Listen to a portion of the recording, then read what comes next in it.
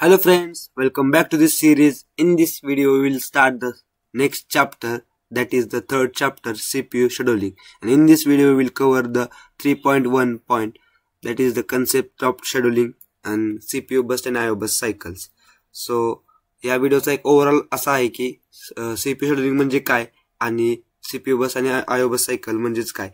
आता ह्याच्यामध्ये आपण ह्या ओव्हरऑल एकाच व्हिडिओमध्ये आपण काय बघणार आहोत की CPU शेड्यूलिंग म्हणजेच काय की प्रोसेसला शेड्यूल कसं करायचं हे CPU ठरवतं, ते CPU शेड्यूलिंग मध्ये येतं. आणि CPU बस आणि IO बस म्हणजेच काय, जी प्रोसेस CPU शी जास्त वेळ घालवते त्याला म्हणतात CPU बस किंवा CPU बाउंड प्रोसेस, आणि जी प्रोसेस IO डिव्हाइसेसची जास्त वेळ घालवते त्याला म्हणतात IO बाउंड प्रोसेस.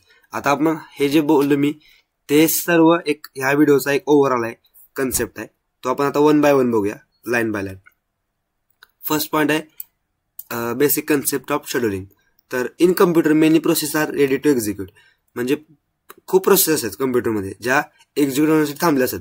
फक्त कोणत्या प्रोसेसला एक्झिक्युशनसाठी चान्स द्यायचा हे कोण ठरवतं? Only one CPU. CPU can run only one process at a time among them, म्हणजे त्या प्रोसेस ज्या की रेडी आहेत एक्झिक्यूट होण्यासाठी त्याच्यामधून फक्त एकच प्रोसेस निवडतं एक्झिक्युशनला, तो कोण निवडतं? CPU निवडतं. Scheduling means deciding which process will run fast, which will wait and how long. म्हणजेच काय शेड्यूलिंग म्हणजेच काय, आपण दोन व्हिडिओमध्ये आपण हेच बघत आलो की शेड्यूलिंग म्हणजेच काय की प्रोसेसला मॅनेज करणं, की प्रोसेस कोणती प्रोसेस आता रन होण्यासाठी जायचं पाठवायची, कोणत्या प्रोसेसला थांबवायचं आणि कोणत्या प्रोसेसला किती वेळ टाइम द्यायचा रन करण्यासाठी, या सर्व गोष्टी म्हणजे शेड्यूलिंग मध्ये येतात त्या सर्व गोष्टी. आता याचं एम आहे ते आपण का करतो CPU शेड्यूलिंग तेच आपण बघूया.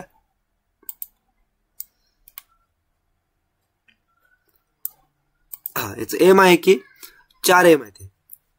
Keep CPU busy. CPU scheduling म्हणजे काय की ह्या कन्सेप्टमुळे काय होतं, CPU जास्तीत जास्त बिझी राहतो, आयडल राहत नाही. आयडल म्हणजेच काय, मोकळा. आयडल शब्दाचा अर्थ काय, मोकळा राहत नाही CPU. तो प्रत्येक टाइमला at any instant of time तो बिझी असतोच. नेक्स्ट पॉइंट आहे give fair chance to all process.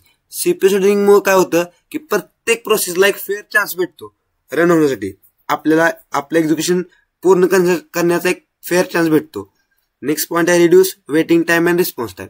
आता waiting time and response time concept आहेत ज्या की तुम्हाला या चॅप्टरमध्ये सर्वात महत्वाच्या कन्सेप्ट आहेत की ज्याच्यावरून तुम्हाला ह्याच्या पुढील एक्झाम्पल पण सोडवायचे आहेत. वेटिंग टाइम म्हणजे तुम्हाला आता सुरुवातीला या व्हिडिओमध्ये हेच लक्षात ठेवा, आपण फर्स्ट ऑफ ऑल मी तुम्हाला याच्या दोन व्हिडिओच्या आधी पण सांगितलं की शब्दावरून अर्थ समजायचे. वेटिंग टाइम म्हणजेच काय, वेट, ज्या गोष्टीला वेट करावा लागणार आहे तेवढा टाइम, आणि रिस्पॉन्स टाइम म्हणजे किती टाइम मध्ये रिस्पॉन्स दिलाय, एवढं तर तुम्हाला शब्दावरून समजतंय. ते काय आहेत आपण ते ब्रीफ मध्ये समजावून घ्या. वेटिंग टाइम रिड्यूस करतं आणि रिस्पॉन्स टाइम पण रिड्यूस करते. वेटिंग टाइम म्हणजे थोडक्यात त्या प्रोसेसला रेडी क्यू मध्ये किती वेळ घालावा लागतो एक्झिक्युशन साठी, एक्झिक्युशनला चान्स भेटण्यासाठी किती वेळ रेडी क्यू मध्ये घालावा लागतो, याला म्हणजे वेटिंग टाइम. रिस्पॉन्स टाइम म्हणजेच की प्रोसेस कधी रेडी क्यू मध्ये आल्या आणि कधी तिला चान्स भेटलाय याच्यामधला जो गॅप आहे त्याला म्हणजे रिस्पॉन्स टाइम. या कन्सेप्ट आता तुम्हाला जरी अवघड वाटत असतील तरी त्या कन्सेप्ट आपण नेक्स्ट व्हिडिओमध्ये बघूया. In brief, improve system performance. ज्या की CPU शेड्यूलिंग मुळे सर्व process one by one fairly execute होतात, त्यामुळे काय होतं आपला सिस्टीम व्यवस्थित परफॉर्मन्स देतं.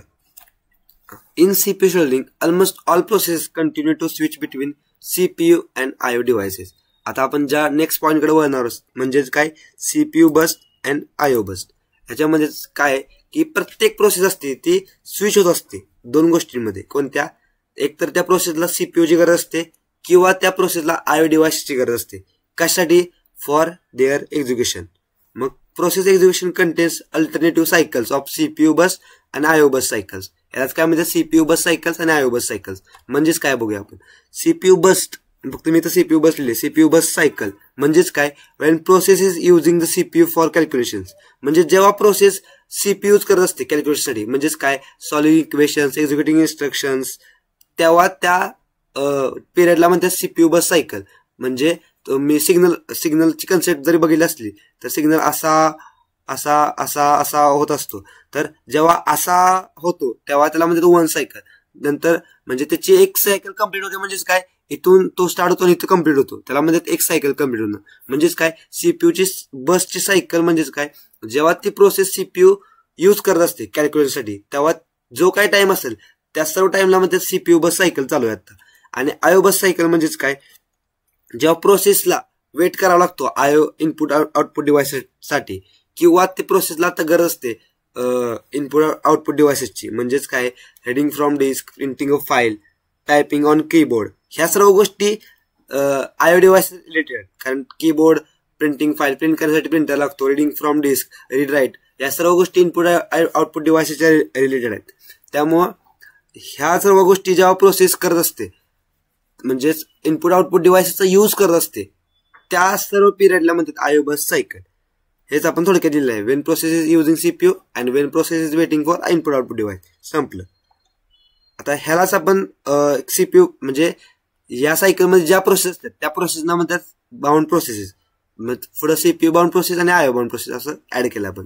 सीपीयू बाउंड प्रोसेस म्हणजे काय, process which spend more time with CPU. म्हणजे जी प्रोसेस सीपीयू बरोबर, आता तुम्हाला म्हणलं की एखाद्या प्रोसेसला जास्त वेळ कॅल्क्युलेशनला लागत असेल सीपीयू, मग त्याला त्या प्रोसेसला म्हणतात सीपीयू बाउंड प्रोसेस. सीपीयूशी जास्त वेळ त्या प्रोसेसनं घालवला. आणि आयओ बाउंड प्रोसेस म्हणजेच काय, process which spend more time with IO devices, म्हणजेच त्यांना म्हणायचं आयओ बाउंड प्रोसेस.